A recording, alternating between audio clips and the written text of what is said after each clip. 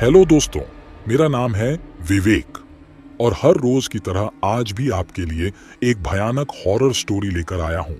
कहानी है राजस्थान के एक ट्रक ड्राइवर की। कहानी को स्टार्ट करने से पहले आपका नाम और आप इस कहानी को किस जगह से सुन रहे हो कमेंट करके रखिए। मेरी पिछली कहानी में किसने किसने कमेंट किया हुआ था, उनका नाम मैं कहानी के अंत में लेने वाला हूं। तो चलिए कहानी को स्टार्ट करते हैं। रवि एक अनुभवी ट्रक ड्राइवर था। उसने अपने जीवन का अधिकांश समय देश के विभिन्न कोनों में सामान पहुंचाने में बिताया था। उसे अजीबोगरीब किस्से और कहानियां सुनने का शौक था, लेकिन उसने कभी भी उन पर विश्वास नहीं किया था। एक रात रवि को एक कठिन मार्ग पर एक डिलीवरी करनी थी। वह रात के 10 बजे अपने ट्रक पर रवाना हुआ। उसकी मंजिल एक छोटा सा गांव था जो शहर से लगभग 100 किलोमीटर दूर था। रास्ता जंगलों से होकर गुजरता था और काफी सुनसान था। रवि ने रेडियो चालू कर रखा था और धीमे संगीत का आनंद लेते हुए ट्रक चला रहा था। आधी रात का समय हो चुका था और चारों ओर घना अंधेरा छाया हुआ था। तभी अचानक ट्रक की हेडलाइट्स के सामने एक औरत आ गई। रवि ने तुरंत ब्रेक मारे और ट्रक रुक गया। वह घबरा गया और ट्रक से नीचे उतरकर देखा कि वह औरत कहां से आई थी। औरत सफेद साड़ी पहने हुए थी और उसके बाल बिखरे हुए थे। उसकी आंखों में अजीब सी चमक थी। रवि ने उससे पूछा, आप यहां इस समय क्या कर रही हैं? औरत ने धीमी और डरावनी आवाज में जवाब दिया, मुझे इस जंगल से बाहर ले चलो, यहां बहुत डर है। रवि ने सोचा कि वह किसी मुसीबत में है और उसने औरत को ट्रक में बैठने के लिए कहा। औरत ट्रक में बैठ गई और रवि ने फिर से ट्रक चलाना शुरू कर दिया। थोड़ी देर बाद रवि ने महसूस किया कि ट्रक में एक अजीब सी ठंडक बढ़ रही है। उसने पीछे मुड़कर देखा, लेकिन औरत अब वहां नहीं थी। रवि का दिल तेजी से धड़कने लगा। उसने सोचा कि शायद उसे कोई वहम हुआ है।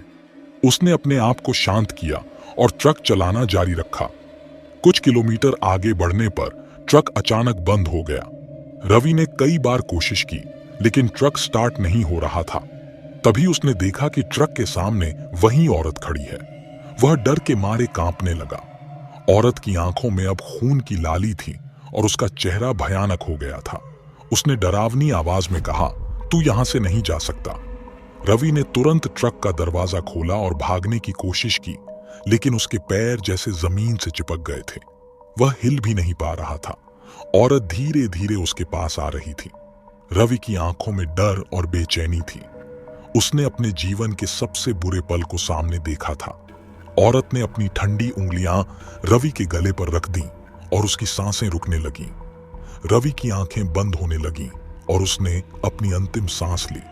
सुबह जब सूरज निकला तो लोगों ने ट्रक को जंगल के किनारे खड़ा देखा। ट्रक के अंदर रवि का शव पड़ा हुआ था। उसकी आंखें खुली हुई थीं और चेहरा भय से विकृत हो गया था। लोगों ने पुलिस को बुलाया, लेकिन किसी को यह समझ नहीं आया कि रवि की मौत कैसे हुई।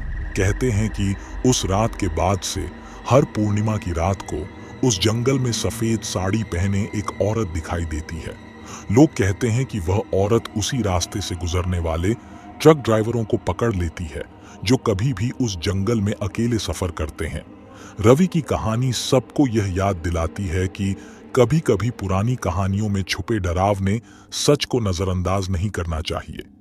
उस जंगल से गुजरने वाले सभी ट्रक ड्राइवर अब उस रास्ते से गुजरते हुए सावधान रहते हैं, लेकिन कभी कभी किसी कोने से वही डरावनी आवाज सुनाई देती है, मुझे इस जंगल से बाहर ले चलो, और रोने की आवाज सुनाई देती है।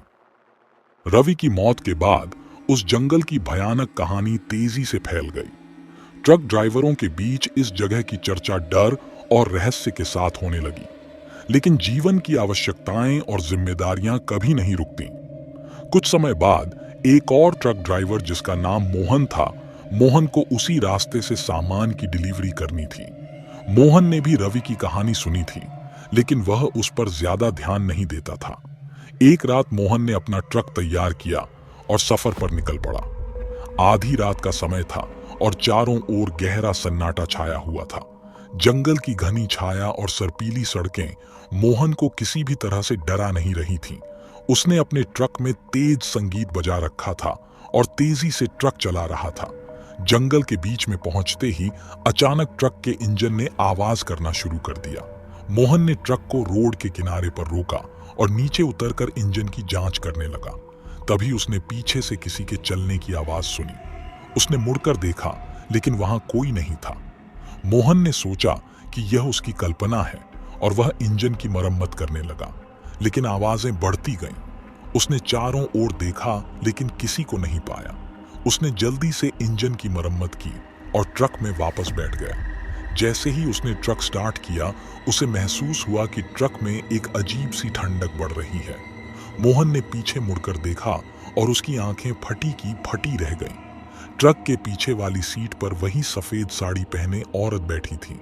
उसके बाल बिखरे हुए थे और आंखों में अजीब सी चमक थी। मोहन ने डरते हुए पूछा, आप यहाँ कैसे आईं? औरत ने धीमी और डरावनी आवाज में जवाब दिया, मुझे इस जंगल से बाहर ले चलो, यहाँ बहुत डर है। ये सुनते ही उसे पता चल गया कि रावी को मारने वाली औरत यही है। मोहन ने डर के बावजूद औरत की बात मानी और ट्रक चलाना शुरू कर दिया। थोड़ी देर बाद औरत ने मोहन से कहा, रास्ता बदल दो, यहां से सीधे नहीं जाना चाहिए। मोहन ने उसकी बात मानी और सड़क से हटकर एक कच्चे रास्ते पर मुड़ गया। रास्ता बहुत ही खराब और संकरी थी। कुछ देर बाद औरत ने कहा, यहां रोको। मोहन ने ट्रक रोका और औरत को नीचे उतरने दिया, लेकिन जैसे ही उसने ट्रक का दरवाजा बंद किया, औरत गायब हो गई। मोहन हक्का बक्का रह गया और उसने तुरंत ट्रक स्टार्ट किया और वापस मुख्य सड़क पर लौट आया। कुछ किलोमीटर आगे बढ़ने पर उसे सड़क पर कई ट्रकों की लाइट्स दिखीं। पास जाकर देखा तो वहां एक भयानक हादसा हुआ था। कई ट्रक आपस में टकरा गए थे और चारों तरफ चीख पुकार मची हुई थी। मोहन ने देखा कि अगर वह मुख्य सड़क पर रहता तो वह भी इस हादसे का शिकार हो सकता था। मोहन ने राहत की सांस ली और भगवान का शुक्रिया अदा किया। उसे अब समझ आया कि वह औरत कौन थी। वह एक रक्षक आत्मा थी जिसने उसकी जान बचाई थी। मोहन ने खुद से वादा किया कि वह अब उस जंगल के बारे में किसी भी तरह की नकारात्मक बातें नहीं सुनेगा। लेकिन मोहन के मन में एक सवाल सता रहा था कि ये आत्मा अच्छी आत्मा है तो उसने रावी को क्यों मारा? रवि ने ऐसी कौन सी गलती की थी कि उस औरत ने रवि को मारा? उसने बहुत सोचा, लेकिन उसे इसका जवाब नहीं मिल सका। मोहन को अब डर लगने लगा था कि उस औरत की आत्मा बुरी आत्मा है या अच्छी आत्मा है। उस रात के बाद से मोहन ने अपनी जिंदगी में एक नया सबक सीखा। कभी कभी डरावनी कहानियों में छुपे संदेश को समझना जरूरी होता है।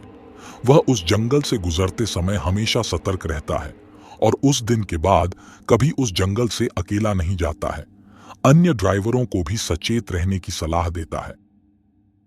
तो दोस्तों, ये थी हमारी आज की कहानी। कहानी डरावनी लगी हो तो वीडियो को लाइक एंड चैनल को सब्सक्राइब जरूर करके रखिए। और अब मैं मेरे पिछले कहानी में कौन कौन अपना नाम कमेंट किया था उनके नाम लेता हूं। मेरे पिछले कहानी में सिर्फ एक लड़की ने कमेंट किया था, उनका नाम है पाली प्रधान। पाली है ओडिशा से। दोस्तों, आप अभी कमेंट बॉक्स में जाकर आपका नाम और आप किस जगह से कहानी सुन रहे हो कमेंट करके रखिए। कौन कौन कमेंट करेगा उनका नाम मैं मेरी अगली कहानी में लेने वाला हूं। तो चलिए मिलते हैं अगली कहानी में। तब तक के लिए शुभ रात्रि।